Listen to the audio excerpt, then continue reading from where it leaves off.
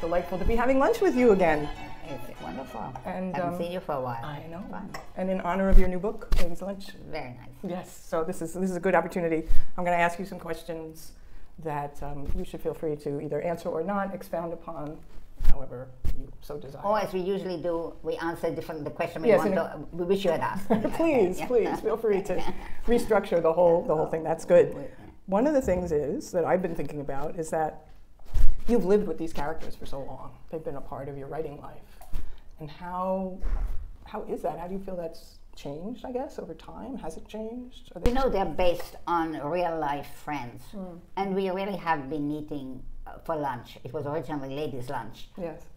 For some, almost half a century, not quite, half a century. Yes.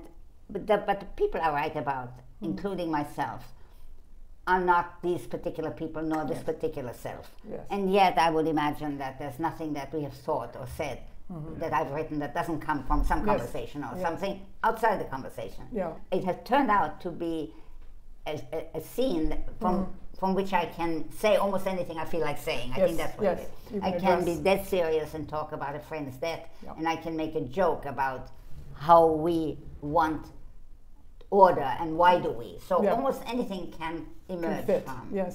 Yeah. And has it affected your relationship with your friends, do you think? I think they are rather charmed, and good. I wonder whether they are irritated to discover that they're not themselves, or that I have misrepresented them. Do you hear about it? I doubt it. Actually, I think they know. They Yeah, know. They know how writing works. They know how it works. You're taking your liberties. Yes. Oh, liberties indeed. No, one of the ladies' lunch stories is called. It makes fun of the ideas. Who am I? Not because it's a good question. Of course, there's a way to think about it, but there is no who that I am. Yeah, exactly. It's a moving target. Yeah. And it very much depends on context. Yeah. But it is about these, let's say, about 5 to 8 people who are growing old together and doing it together and watching themselves and each other. Sometimes they get ill, a husband dies, and you live that through that with them. You can be helpful, or you find that you cannot be helpful. Both of those are the experience. Yeah. Ultimately, I feel like the subject of your work is about consciousness and how it works. And you're constantly querying consciousness. Like, why am I thinking that? Why is this happening? Exactly. You know. Mike Nichols gave me, in one of his talks, he said, you know, what I want to do in my movies is to say, what was it like? So when anybody asks me why, I have no answer. But what was it like? What did it feel like? That I know how to answer. Yeah. That's my fiction knows how to answer that. Right. It does not know how to say why something happened. Which is not that it's always a bad question. It's just not my question to answer. Yeah. Which isn't. That's how life works. It's just one question to another question to another question. But what does it feel like? Yeah. What does it feel like? I have a suspicion that the why is embedded in what it felt like. But you give the job of answering to the reader. Yes. Because it's the opportunity for them, as a reader, our experience, to have the feeling and the experience as well. Have it happened to you? Yeah. That's what. That's the desire. Yeah. And when that happens, that's beautiful. And it works. Then it works. Yeah. That's wonderful. I love that. And do you feel like the writing has gotten easier over time? There is a very interesting moment that I think all writers know. You know who the speakers will be, you know who your characters are, and you have a certain idea. You have an idea. And you think, this is a very good idea. What am I going to do with it? Nice. Every writer will recognize this. And then it takes 3 weeks or maybe 3 years to find the story that fits this, or the shape that fits this. Yes. So you just kind of file that away. You put it in your head, and there is a nice thing that happens.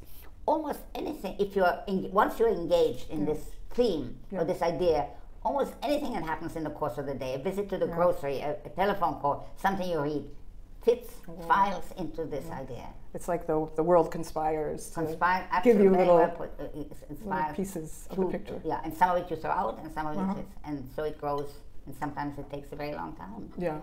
I remember you telling me about something, a word choice that Did you write an essay about this? A word choice that you had, that never sat right with you?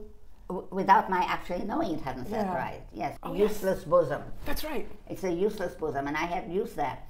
Right. And as I remember coming, something like 25 years later, I was walking down where I live on 100th Street, walking towards my living, and I suddenly thought, unused bosom.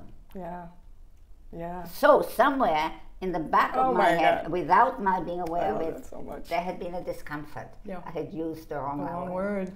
And it had lodged there. But I think that better than almost anything else explains how that's why when people ask me, how did you decide to write so and so? I am lost. I don't decide to.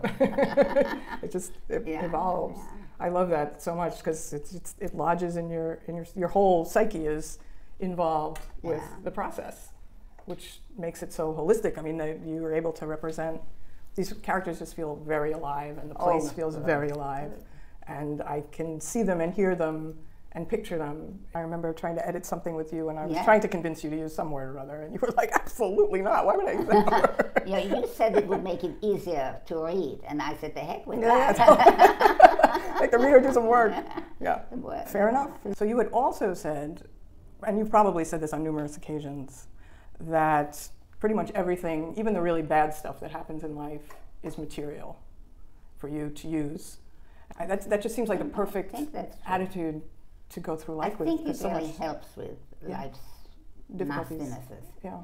The one that I use in the Ladies' Lunch stories is falling down. One of the women falls down, and she says, I was looking forward to telling you about this. I love that. When you fall down, there is a moment when you know this is the moment when I can no longer say up, I'm now going over. Isn't that interesting? See, that's the moment. That's the moment. That's the moment. Yes. So your writing schedule is still is consistent? Is coffee and bread and butter and an egg and the computer till about 12 or 1 o'clock. Yeah.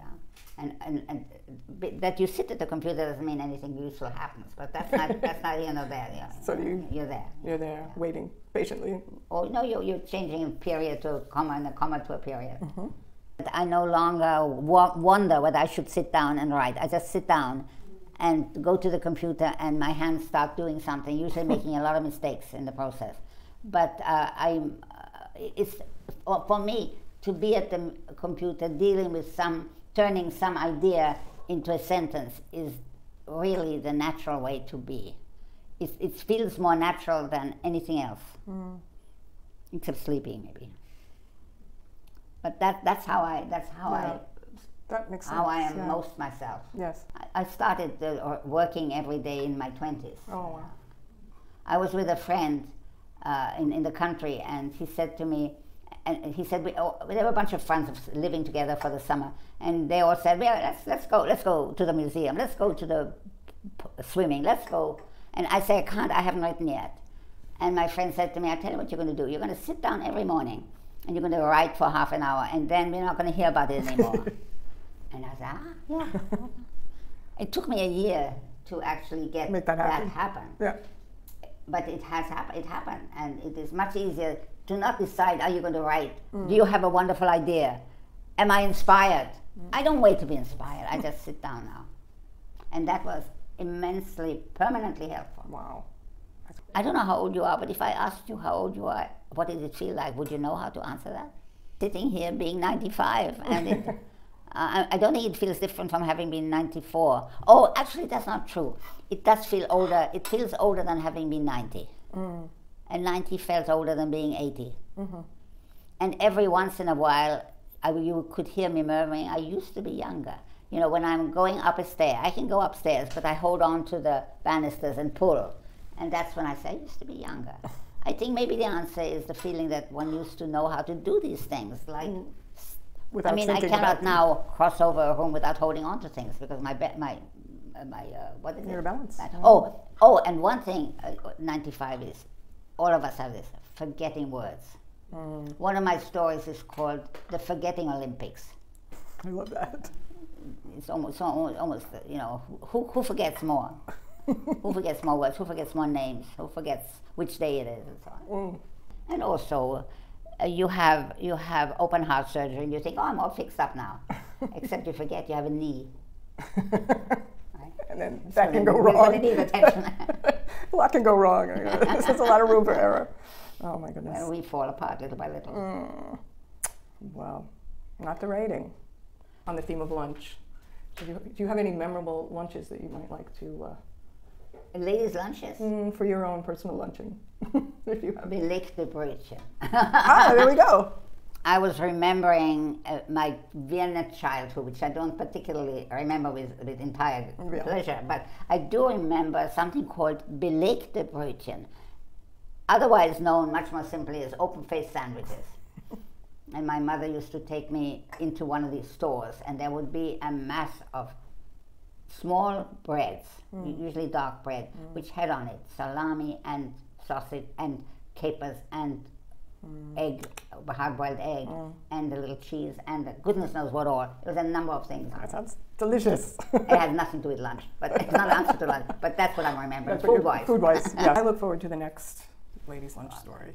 Yeah, yeah. So do I. I hope it comes. Yeah, it's coming. It sounds like it's coming. An end, but I'm not willing. I'm not willing yet. Yeah, I'm not willing. Yeah, I'm delighted you're still working on them. And I'm delighted that you're publishing. Thank you. It's fun. It's fun. It's really fun. I look forward to the next